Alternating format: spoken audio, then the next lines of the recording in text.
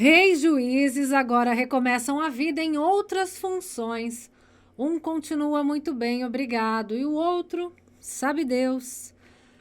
Anos de estudo, de uma infância humilde, de uma vida de superação, de vencer grandes batalhas e, enfim, a vitória, a consagração.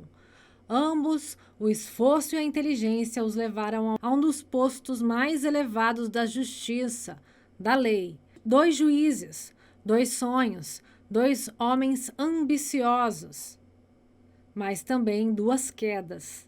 Um do Paraná e outro do Rio de Janeiro. Ambos conquistaram a glória, mas se afobaram e esta afobação os fizeram meter os pés pelas mãos, dar passos em falso, rápido demais, excesso de confiança. Ambos não acreditaram que um candidato com o perfil de Bolsonaro pudesse chegar muito longe. Muita gente pensou isso, os mais inteligentes, mas a surpresa derrubou muitos, mas não foi só isso. No caso de Wilson Witzel, o mais fraco deles, se elegeu na onda do bolsonarismo. Ainda assim, no benefício da dúvida, Bolsonaro nunca o apoiou explicitamente.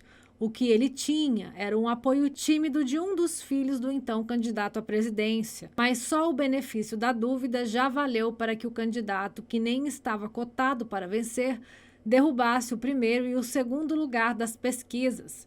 Witzel foi eleito no segundo turno com 59,87% contra Eduardo Paes, nome já conhecido do estado, hoje prefeito do Rio, diferentemente de Witzel. O juiz, que emocionou a todos nos pênaltis com uma campanha política, onde apresentou sua família e sua história, onde contou fazer quilômetros a pé até a faculdade por não ter dinheiro para a condução. O outro juiz, Sérgio Moro, se tornou herói da direita pela Lava Jato, esquema que derrubou a presidente Dilma Rousseff, prendeu Lula e os empreiteiros, ajudou Bolsonaro a se fortalecer e se eleger. Sem a Lava Jato, seria difícil para Bolsonaro. Os argumentos que surgiram dali servem até hoje de pretexto de campanha para o presidente, seus filhos e aliados políticos. O mesmo não se pode dizer da esquerda, que abomina a figura de Sérgio Moro. Mas falando sobre a notoriedade que já havia conseguido com a direita, era visível as ambições de Sérgio Moro, que esperava uma cadeira no STF. Bolsonaro o cozinhou no Ministério da Justiça, mas as más línguas envenenavam o presidente, dizendo que o ministro queria, na verdade, a presidência no futuro. Quem queria a presidência, na verdade, era Witzel, desde o dia que assumiu como governador. Isso era claro e evidente. Witzel foi com muita sede ao pote. Nunca havia exercido cargo político antes. Já foi logo exercendo um cargo como governador, mas não bastou para ele. Ele imediatamente declarou guerra a quem o elegeu, Bolsonaro. Witzel iniciou sua pré-campanha para a presidência da República de 2022, já no dia que assumiu como governador do Rio de Janeiro. Pobre Rio de Janeiro sempre. Ai, ai. Então veio a pandemia e Bolsonaro, com seu negacionismo, permitiu que Witzel viesse na contracorrente e o atacasse aí. Witzel fazia oposição a tudo a Bolsonaro, especialmente em relação à criação de hospitais de campanha, que não eram suficientes para atender o alto número de vítimas no estado.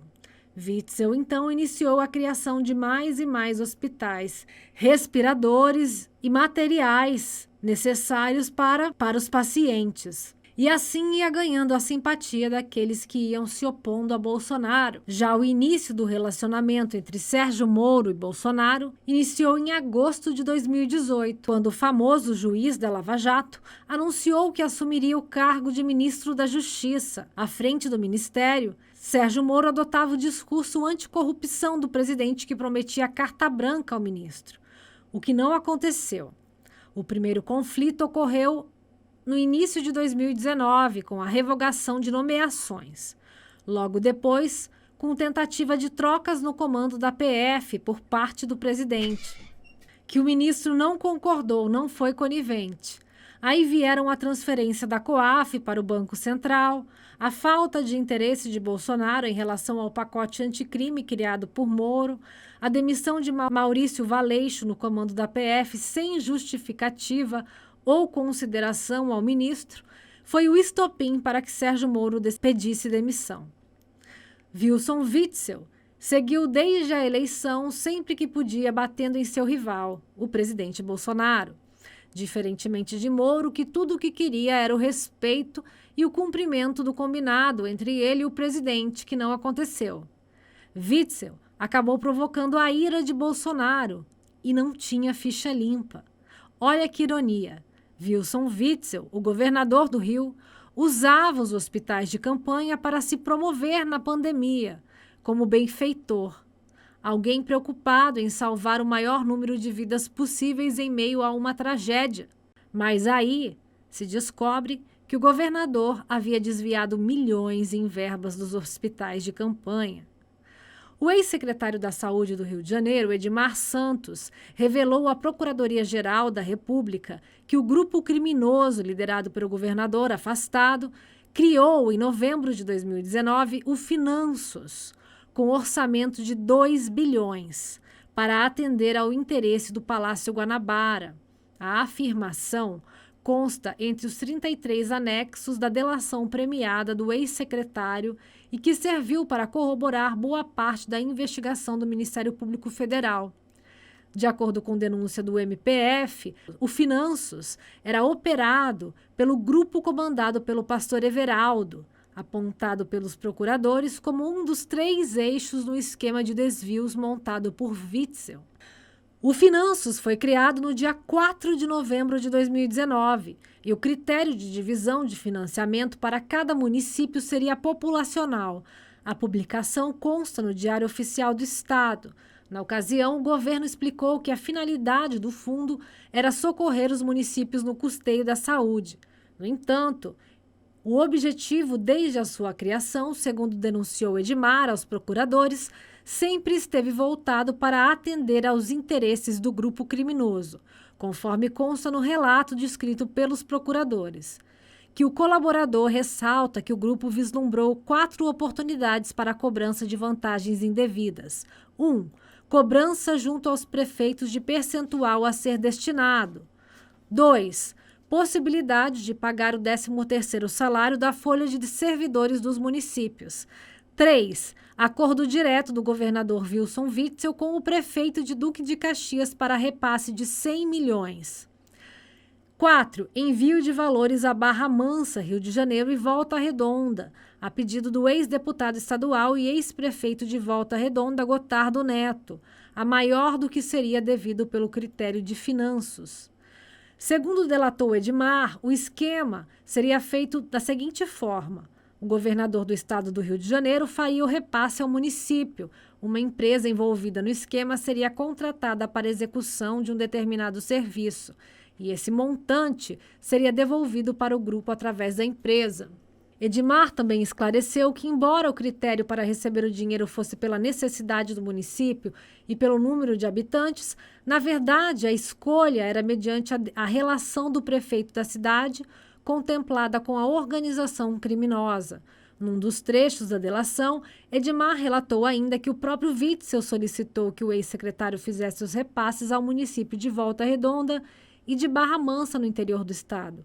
Que aproximadamente em novembro de 2019, o colaborador recebeu a informação de Gotardo Neto de que valores relativos ao Finanços deveria ser repassado a maior aos municípios de Barra Mansa e Volta Redonda, que posteriormente o próprio governador Witzel solicitou ao colaborador informando que atendia a pedidos de Gotardo Neto que deveriam ser repassados 13 milhões para Barra Mansa, dos quais 10 milhões foram pagos já em 2019, 3 milhões ficaram pendentes de pagamento para 2020 e 21 milhões para Volta Redonda, dos quais 15 milhões foram pagos em 2019 e 6 milhões foram quitados em 2020. A CNN confirmou pelo Diário Oficial do município de Volta Redonda o repasse de 15 milhões vindo do Finanços. O município de Barra Mansa não publicou o repasse. Em nota, a defesa do pastor Everaldo informa informou que no dia 19 de agosto encaminhou petição ao STJ, solicitando para ser ouvido. Manifestou surpresa com a prisão e com a busca e apreensão realizada nos seus endereços. O pastor Everaldo reiterou sua confiança na justiça. Por unanimidade, o Tribunal Especial Misto aprovou no dia 30 de abril o impeachment do governador do Rio de Janeiro, Wilson Witzel, do PSC. Com a decisão, ele perdeu o cargo de forma definitiva. O tribunal também decidiu que Witzel ficará inelegível por 5 anos. Witzel foi denunciado pelo Ministério Público Federal por participação em um esquema de desvios de recursos na área de saúde, que seriam aplicados no combate à pandemia de Covid-19. Os 10 julgadores, 5 deputados e 5 desembargadores votaram pelo afastamento definitivo do cargo. Para que o impeachment fosse confirmado, eram necessários 7 votos. Witzel é o primeiro governador a ser afastado definitivamente por um processo de impeachment desde a redemocratização. Em 24 de abril de 2020, Sérgio Moro pediu demissão do Ministério da Justiça após intervenção de Bolsonaro na Polícia Federal, alegando que o presidente não cumpriu com as promessas estabelecidas na ocasião do convite para ocupar o cargo no governo. Moro alegou que o problema é a violação de uma promessa que foi feita a ele de carta branca. Em segundo lugar, disse que mostraria uma interferência política na Polícia Federal, o que gerou um abalo na credibilidade não só dele, mas também do governo. Mais tarde, no mesmo dia, Moro entregou provas de que havia dito em suas declarações para o Jornal Nacional, que consistiam de imagens de conversas dele com Jair Bolsonaro no aplicativo WhatsApp. Após sua saída do governo, Moro voltou ao seu trabalho para a iniciativa privada, já que não poderia reverter sua exoneração da magistratura.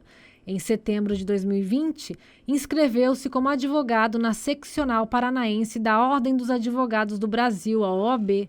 Seu primeiro parecer favoreceu o controverso empresário israelense Benny Steinmetz em uma disputa com a mineradora Vale S.A., relacionada à mina Simandou, na Guiné.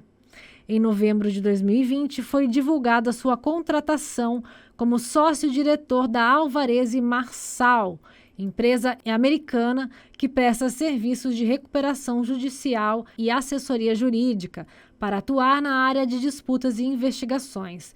Entre os clientes da consultora estão empresas envolvidas na Lava Jato, como as construtoras Odebrecht e OAS.